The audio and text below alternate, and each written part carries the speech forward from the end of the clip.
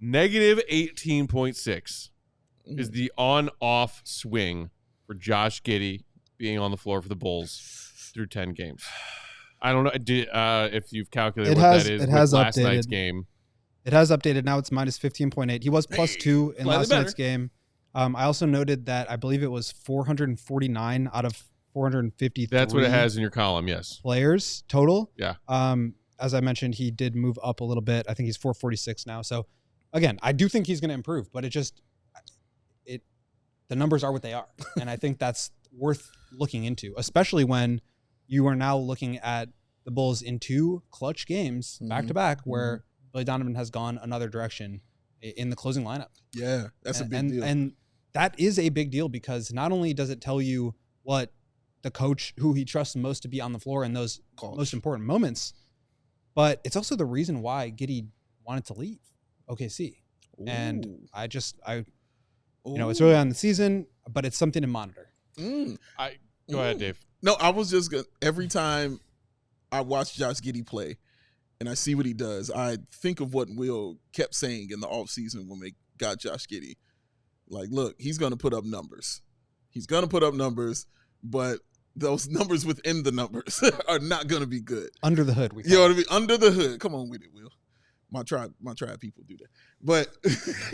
But can't latch the hood very well if you don't take out the can. But dude, like that's what you see. Like near triple doubles every game. You see his aggression on the floor.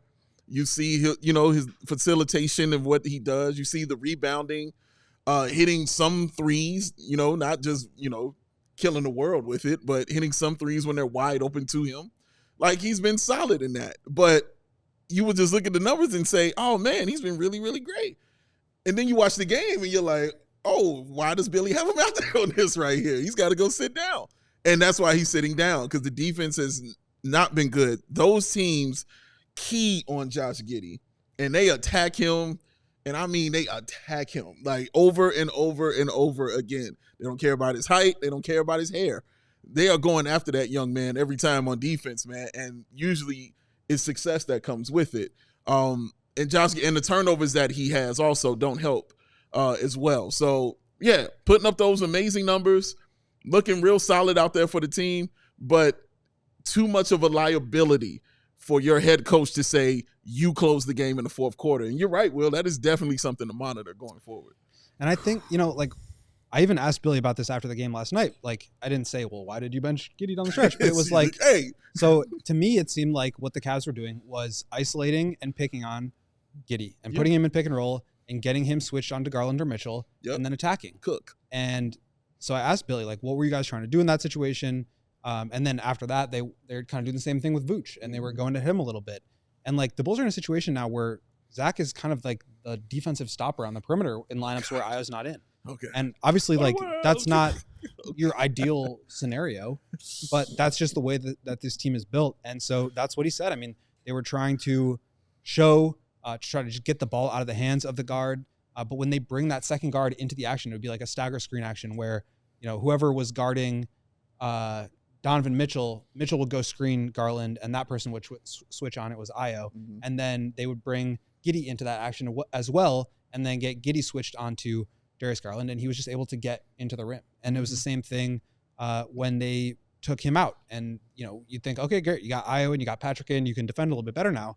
But they're just like, no, we're going to go at Vooch, and we're going to go at Kobe. And, like, these players are good. I'm not saying, like, I don't like Giddey or I think he's not a good player, but it's just – it is a weakness of this team. And I think what Billy's going to have to do is try to figure out, are there other lineups that we can look at that help insulate Giddey? And maybe they just don't have that personnel, because I think, honestly, what you really need is an elite rim protector behind him to help, clean up some of that stuff. Texas Ranger. But I think, so yeah, it's not like I'm being super critical of Giddey here or saying that he is the problem or anything like that. I don't think that's necessarily the case. And obviously, his skills speak for themselves. Like, he's a very talented passer, and I think he makes guys better. Yeah. But in those moments that we're talking about, like the clutch moments, I think that is something that we're going to have to keep an eye on this year, because I think, to me, that is the biggest question when you talk about paying a guy $30 million a year. Okay, if that's starting point guard money, that's fine. But is it closing point guard money? Oh, the bars. That's I think what they have to be concerned about. Pedro Munez in the comments saying, what's Giddey's 3-point percentage? Seems like he's shooting well from outside. Our guy Fish quickly with the answer saying, hey, he's shooting 43% and change from 3 this season. He's hitting them. 43 on 3.4 attempts a game, which is other than his rookie year when he took 3.9, second career high. You credit him for improving there. And he's shooting 43.2%, which is by far a career high. Yeah. Last season was his, at that point, career high at 33.7% on 3 attempts per game. Mm-hmm. Through his first 11 with the Bulls, 43.2%, 3.4 attempts. Mm-hmm. And even with Giddey making opposing defenses pay by sagging off of him when he's playing off the ball and around the perimeter, even with that added to his offensive game, the defense primarily is still what's leading, I think, to these on-off splits. And, you know, I asked our diehards in the Discord earlier today, like, what is something that you were worried about or had a prediction about before the season started that you either feel you even more strongly about right now after watching 11 games, or maybe you've changed your mind a little bit? And this is the one that I had in mind for myself. I know you're saying it's a small sample size, Goat, and I'm cool with that. But it's a non-zero sample size that, as someone who was not a big fan of the Giddey trade when it happened, I am petrified about because of the thing you just brought up with the contract. I mean, okay, here's 11 games. And 11 more, it'll be 22 games. Are we still going to see these kinds of numbers when it comes to Josh Giddey on the floor versus off the floor and how the Bulls are faring?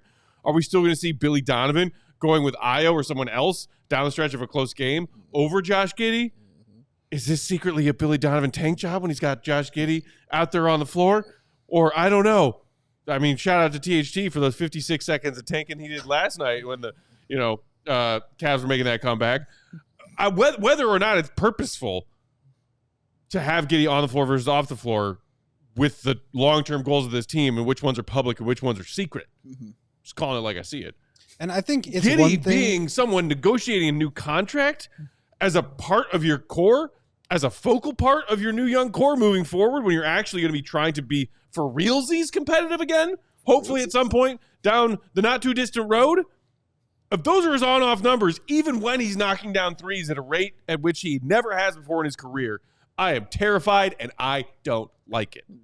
Yeah, I think it's one thing if like the small sample is confirming your priors. Like you probably don't need as much of a sample if it's like going into the same like conclusion that you drew about this from last year. I mean, it's like what we're seeing with the Bears. Like we knew what was going to happen here. But the coaching situation, you didn't necessarily need to wait 8 games into next season to figure it out, or 9 games, whatever it was. But still seeing it though is different. But seeing it is different. And so to me, like when you explore, okay, what is more real, these on-off numbers or his 3-point percentage? I would say the on-off numbers, because that tracks more in line with what his career has been, as opposed to him taking this huge jump in his 3-point percentage this year, which I do think is like he is making his shots more. And yeah, he is. Part of that is because they're leaving him open, but I do think that he has gotten better and he will continue to get better. So I'm not. This is not like a Giddey takedown by any means, but those are what the numbers are saying. Well, I'm glad you're calm because my blood pressure is rising. You didn't choose chill. That's your I did not. I don't have my Coors Light here.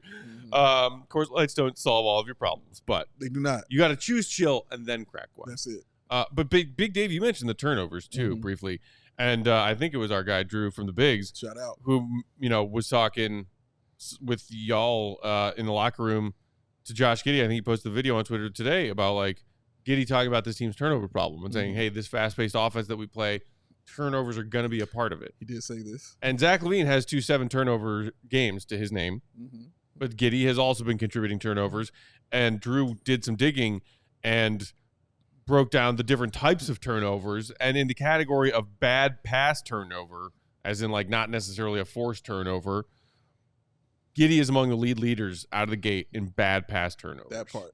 Yeah, because thank you. And I'm glad he clarified that, because that was my first statement out of my mouth when I watched that video. It was like, dude, there is a difference between just a turnover and a bad turnover. And we saw some of them yesterday in the fourth quarter. Saw the Bulls have some bad turnovers that led to them losing that game against Cleveland. But Josh Giddey, if you watched him also in the Olympics and how good he was he was doing those same kind of turnovers. He was having those same kind of bad turnovers when he was playing for the hometown team. So the numbers were great. The aggression was great. Him going to the bucket was cool. But then sometimes he would just really make bad turnovers. There was no point for that behind the back. When you see an NFL QB throw a pick that was like, why did you throw that ball there? You staring down the receiver. They see you staring down the receiver. Shout out Drake May. That pick oh, my God. Just, the only bright spot of that Bears-Pats game on Sunday. Like, just a horrible pick. It was Drake May just being like, here, Bears, have the football. Oh, TJ, I got you. Go long. Here you go, buddy. Oh, you're not on my team. Sorry. So, yeah, man, like you see him making those kind of turnovers. That also leads to why you're not on the floor in the fourth quarter. So forget your defense. You turn the ball over and you make bad turnovers when you do it. I don't want to have you on the floor in that position to do that in that fourth quarter when we're trying to win the game. We all silly like the mayor.